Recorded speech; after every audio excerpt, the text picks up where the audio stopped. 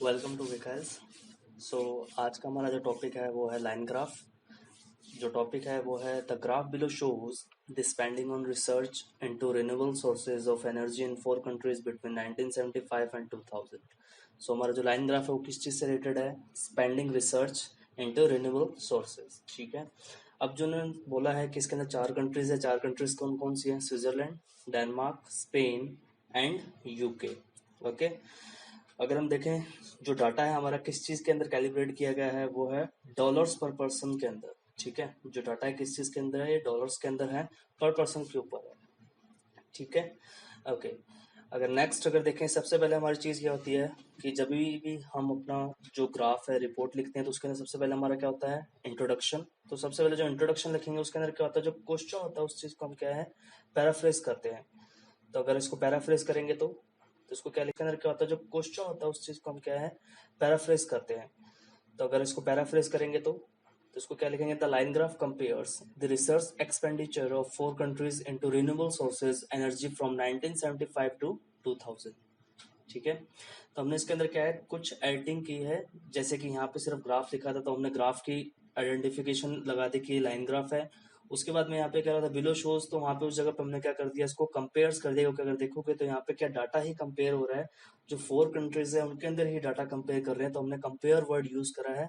नहीं तो हम इसकी जगह क्या यूज कर सकते हैं? इलस्ट्रेट यूज कर सकते हैं, या हाईलाइट यूज कर सकते हैं। ठीक है। या डिपिक्ट यूज कर सकते हैं। ओके। फिर उसके बाद में the research expenditure of 4 countries, यहाँ पे था कि द स्पेंडिंग ऑन रिसर्च था, तो हमने क्या कर दिया इसका? The research expenditure of 4 countries into renewable sources of energy from 1975 to 2000। तो इसके अंदर यही पैराफ्रेज होता है जिसके अंदर क्या है, आपको जो क्वेश्चन फ्रेज होता है जिसके अंदर क्या है, आपको जो क्वेश्चन है वो आपको थोड़ा सा चेंज करके लिखना होता है। ओके। देन हमारा जो नेक्स्ट है वो हमारा क्या है? ओवरऑल। अगर ओवरऑल के अंदर बात करें तो हम इसके अंदर क्या लिख रहे हैं? Overall all four all 4 countries spent the various amount of money on research into renewable sources of energy। so यहाँ पे आप देख सकते हैं कि जितनी ये 4 की कंट्रीज हैं तो ये क्या है, अलग अलग तरह के अमाउंट ही स्पेंड कर रही है रिन्यूएबल सोर्सेज के अंदर। तो वही लाइन हमने क्या लिखी है? All 4 countries spend the various amount of money on research into renewable source of energy, but Switzerland and Denmark illustrated the maximum expenditure। so अगर आप देख सकते हैं तो यहाँ पे स्विट्जरलैंड और डेनमार्क को किसके थ्रू दिखाया गया, शो करा है? ये रहा स्विट्जरलैंड और ये रहा डेनमार्क। तो दोनों का ही अगर आप एक्सपेंडिचर देखोगे तो वो क्या है? सबसे हाईएस्ट है। तो ओवरऑल के अंदर हमेशा मेन ही चीज आती है कि उसके अंदर क्या हाईएस्ट, लोवेस्ट और क्या ट्रेंड है। तो हमने इसके अंदर यही बता दिया कि भाई चारों में क्या है, हाईएस्ट कौन रहा है? स्विट्जरलैंड एंड डेनमार्क, जिनका एक्सपेंडिचर सबसे हाईएस्ट रहा है। ठीक है। अब अगर इसके बाद में देखा जाए तो उसके बाद में हमारा क्या आता है? Body paragraph. क्योंकि इंट्रोडक्शन हो गया, ओवरऑल हो गया। ओवरऑल की कोई भी फिक्स लोकेशन नहीं है, चाहे तो आप ओवरऑल जस्ट इंट्रोडक्शन के बाद में लिखें या फिर इंट्रोडक्शन एकदम जो बॉडी पैराग्राफ है उनके एकदम बाद में लिख सकते हैं। ठीक है। अब हम अपने क्या है? बॉडी पैराग्राफ लिखेंगे, लेकिन उससे पहले कि हम जो बॉडी पैराग्राफ है उसके अंदर हमारा जो टेंस रहेगा वो टेंस कौन सा यूज करेंगे? अगर इसकी पहले अगर बात करें तो अगर आप देखोगे तो हमारा जो ईयर है वो क्या दे रखे हैं? 1975 टू 2000। मीन्स जो हमारा जो ईयर है वो क्या है? पास्ट के अंदर है, और पास्ट के अंदर भी हम क्या यूज करेंगे? Past simple. ठीक है। ज्यादातर जो रिपोर्ट्स हैं, रिपोर्ट्स में भी कौन सी जो चार्ट वगैरह है, bar chart, line, pi and table, ये जो चारों हैं ये हमेशा सिंपल के अंदर लिखे जाते हैं। फ्यूचर सिंपल, पास्ट सिंपल या प्रेजेंट सिंपल। 99 केसों के अंदर क्या है कि ये जो चीज है वो सिंपल के अंदर ही लिखी जाती है। अगर इसके अंदर देखोगे तो इसके अंदर हमारे क्या शो कर रहा है? ये इंक्रीज डिक्रीज शो कर रहा है। ये जो लाइन ग्राफ है ये क्या है? इंक्रीज डिक्रीज शो कर रहा है। ठीक है।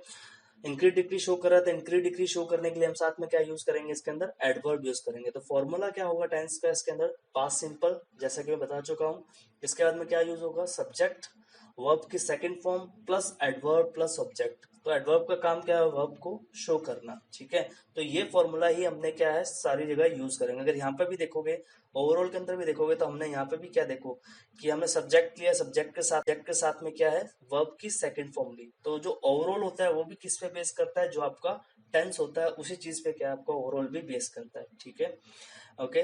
तो हम बॉडी पैराग्राफ की बात कर रहे थे कि बॉडी पैराग्राफ कैसे लिखे जाते हैं। तो बॉडी पैराग्राफ अगर आपको लिखना है तो इसका डिवाइडेशन कैसे करेंगे? अब डिवाइडेशन करने के लिए क्या है कि अगर देखोगे तो स्विट्जरलैंड और डेनमार्क क्या है? दोनों ही इंक्रीज हो रहे हैं, दोनों ने एक जैसा ट्रेंड शो करा है। ठीक है। अगर उसके बाद में स्पेन एंड यूके की बात करें तो दोनों ही क्या है, एक जैसा ट्रेंड शो कर रहे हैं। शो क्या कर रहे हैं, फ्लक्चुएशन शो कर रहे हैं, मतलब कि स्पेन और यूके क्या है, एक के अंदर हो जाएंगे, और जो स्विट्जरलैंड एंड डेनमार्क है वो क्या हो जाएगा, एक के अंदर आ जाएगा। ठीक है, तो इस तरह से हमारी क्या होगी, पैराग्राफिंग होगी। अगर हम इस पैराग्राफिंग को चालू करें लिखना, तो इसके अंदर क्या है, सबसे पहले अगर हम यहाँ पे देखें 1975 के अंदर अगर आप देखोगे तो कोई भी जो कंट्री है वो बिल्कुल भी एक्सपेंडिचर नहीं कर रही रिन्यूएबल सोर्स के अंदर। ठीक है, तो हम अपनी लाइन क्या लिख देंगे यहाँ पे, in 1975 the spending on research of four countries was nil. जो स्पेंडिंग थी रिसर्च के ऊपर वो क्या थी, जीरो थी, नेग्लिजिबल अमाउंट था जो कि रिसर्च पे वो खर्च कर रहे थे। ठीक है, हाउएवर आफ्टर 1975, अगर 1975 के बाद की बात करें तो क्या हुआ, the expenditure increase in two countries. जो एक्सपेंडिचर था वो क्या है, इंक्रीज हुआ दो कंट्रीज के अंदर। वो दो कंट्री कौन सी थी, स्विट्जरलैंड एंड डेनमार्क। ये देखो स्विट्जरलैंड एंड डेनमार्क, ये दो ही कंट्रीज है जिनका क्या है, इंक्रीज हुआ है। ठीक है, अगर यहाँ पे भी देखे जाओगे तो हम सेकंड फॉर्म ही यहाँ पे यूज कर रहे हैं, ये इंक्रीज्ड सेकंड फॉर्म है, सब्जेक्ट लिया उसके साथ में क्या है, सेकंड फॉर्म यूज करिए। ओके, देन अगर आगे और इसके अंदर डिटेल में अगर बात करें in detail, the Swiss spending on research inclined gradually and became the highest expenditure country on research with $5 per person by 2000। Okay, तो हमने क्या है यहाँ पे एक ही लाइन के अंदर क्या है, इसका पूरे को डिस्क्राइब कर दिया। तो उसके अंदर क्या लिख दिया हमने, तो स्पेंडिंग थी रिसर्च के ऊपर वो इंक्लाइंड हुई, ग्रेजुअली इंक्लाइंड हुई, और क्या हो गया, and became the highest expenditure country, सबसे हाईएस्ट एक्सपेंडिचर कंट्री बन गई। कितने के साथ में, $5 पर पर्सन बाय 2000। कब बन गई, 2000 में। ठीक है, बाय 2000। अगर देखोगे तो यहाँ पे भी वही है, फॉर्मूला हमारा क्या चल रहा है, पास्ट सिंपल का ही चल रहा है, वर्ब यूज कर रहे हैं और वर्ब के साथ में क्या है, एडवर्ब यूज कर रहे हैं। ये हमारे देखो, ये हमारी वर्ब होगी इंक्लाइंड, और एडवर्ब क्या यूज करी इसके साथ में, ग्रेजुअली। ठीक है, ओके, देन फिर आगे उसके बाद में क्या है, डेनमार्क उसने सिमिलरली शो करा था, तो हमने कनेक्टर क्या यूज कर लिया, सिमिलरली। इसके बाद में क्या है, इसके बाद हम लिखा the Danish spending on research hiked and touched it's all time high of $3.5 पर पर्सन इन 2000। तो सिमिलरली डेनमार्क भी क्या है, वो भी इंक्लाइन हुआ, और इंक्लाइन होकर क्या है, उसने अपनी ऑल टाइम हाई को टच करा, मतलब अपने हाईएस्ट लेवल को उसने टच करा, जो कि लगभग कितना था, $3.5 पर पर्सन इन 2000। ओके, अगर इसके आगे बात करें तो अब हमारे यहाँ तक डिस्क्राइब हो चुका है स्विट्जरलैंड एंड डेनमार्क का। अगर नेक्स्ट पैराग्राफ की बात करें तो नेक्स्ट पैराग्राफ में क्या है, अब हम कनेक्टर यूज करते हुए करेंगे, क्योंकि ये क्या कॉन्ट्रारी है। ऑन द अदर हैंड पे क्या हुआ, Spain and UK showed the same trend. दोनों ने ही क्या सेम ट्रेंड शो करा है। यहाँ पे देख सकते हैं स्पेन और यूके दोनों पे क्या है, फ्लक्चुएशंस शो कर रहे हैं। The expenditure of both countries on research jumped to above $1 per person in 1980। यहाँ पे देख सकते हैं 1980 के अंदर क्या है, जो इनका क्या जंप होके 1980 में कितना हो गया था, $1 से अबव क्या स्पेंडिंग हो चुकी थी। After that both countries depicted fluctuations over the 2 decades।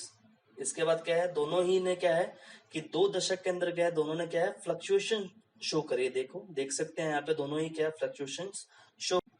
Okay, then उसके बाद में क्या, however at the end of the period Spanish spending was higher than that of the UK. अगर आप देख सकते हैं जो स्पेनिश जो स्पेंडिंग थी वो क्या थी, हमने पहले ही लिखा कि भाई दोनों के अंदर क्या फ्लक्चुएशन शो करी, लेकिन उसके अंदर हमने और क्या ऐड कर दिया कि भाई उसके अंदर भी क्या था, जो स्पेनिश की स्पेंडिंग थी वो क्या थी, वो ज्यादा थी, किससे ज्यादा थी, यूके से, जो कि कितनी थी, विच वॉज ऑलमोस्ट $0.5। ठीक है, तो इस तरीके से क्या है, इजीली हम क्या लाइन ग्राफ लिख सकते हैं। कोई भी हो ग्राफ, किसी भी टाइप का हो, चाहे बार ग्राफ हो चाहे टेबल हो, किसी भी टाइप का ग्राफ हो आप इजीली लिख सकते हैं।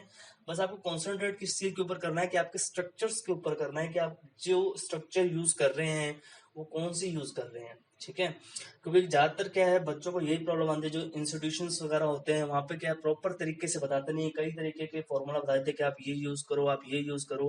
तो उस चक्कर में क्या है कि जो बच्चे हैं वो उनको प्रॉपर पता नहीं लगता कि किस वे में लिखना है। तो सिंपल सा है, सिर्फ हमेशा ये याद रखो कि जो भी 4 ग्राफ हैं, line graph, bar graph, table and pie chart, ये लगभग 99% केसों में क्या है, सिर्फ सिंपल टेंस के अंदर ही लिखे जाते हैं। ठीक है, बाकी जो दूसरी कंडीशन है वो भी मैं आपको बताऊंगा कि उसके अंदर कौन सी जो स्ट्रक्चर है वो यूज, कुल मिला के इसके अंदर जो टोटल है वो 2-3 स्ट्रक्चर ही है जो कि क्या लाइंस के अंदर यूज की जाती है, ठीक है।